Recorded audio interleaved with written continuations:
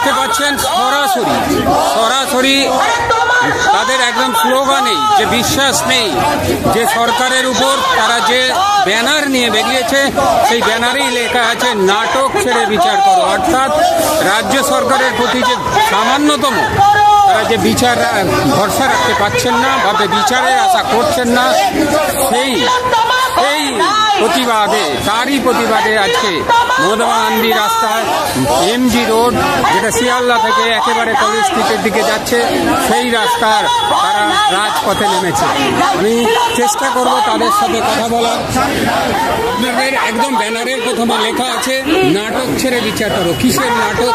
নাটক কেন বলছেন? নাটক এই কারণে বিচারটাকে দেরি করা হচ্ছে, বিলম্ব করা হচ্ছে, মূল অপরাধীকে সরিয়ে দেওয়া হচ্ছে, মূল অপরাধীকে সামনে আনা হচ্ছে না, সেই অপরাধের তথ্য প্রমাণ সরিয়ে দেওয়া হচ্ছে, এটা নাটক নয় হচ্ছে। এই জন্যই বলছি নাটক। এই বৃদ্ধ বয়সে রাস্তায় প্রতিবাদে নেমেছেন, কারণ হচ্ছে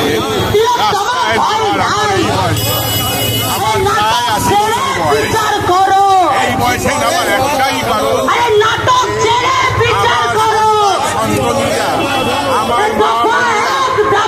সুস্থভাবে স্বাভাবিকভাবে জীবনযাপন করে যায় এবং আমাদের তাদের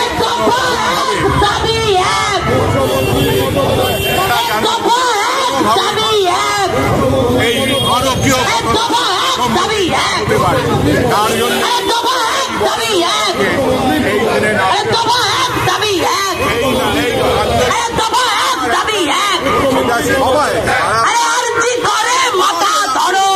যারা সুস্থভাবে বাঁচতে পারে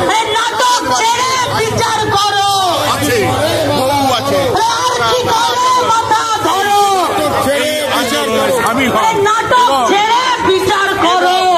একটাই যেটা কথা, একটাই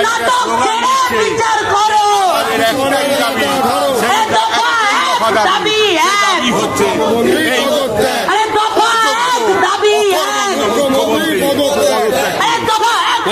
সরাসরি মুখ্যমন্ত্রীর পদত্যাগ দাবি। আজকে মুখ্যমন্ত্রী কি কারণে একটা ঘটনা সেটাই চেষ্টা করছে, সে নিজে বলছে যে ঘটনা করেছে। তারপরে আমরা দেখতে পাচ্ছি 4 ঘন্টার ভেতরে প্রমোশন দেওয়া আর একটা লক্ষ্য করে এর মানে কি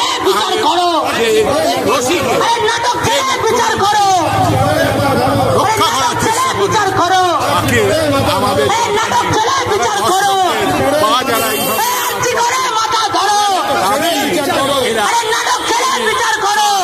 আমাদের মতো যারা আছেন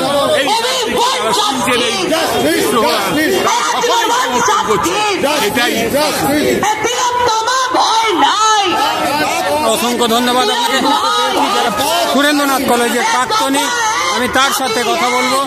সুরেন্দ্রনাথ কলেজের প্রাক্তনী ভাস্কর পালকে। বয়সে এই যে সংগঠন করে এদের সাথে একসাথে এই রাজপথে নামা,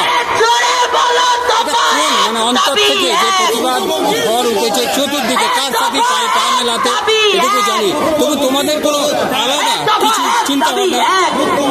আসলে মানুষ তার আবেগের জায়গা থেকে নেমেছেন।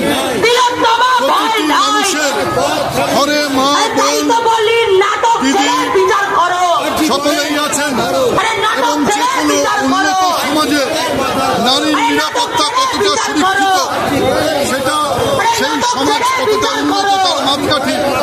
আজকে গোটা পশ্চিমবাংলায় শুধুমাত্র আরজিকর বলে নয়, প্রায় প্রতিদিন মায়েরা নির্যাতিতা হচ্ছেন।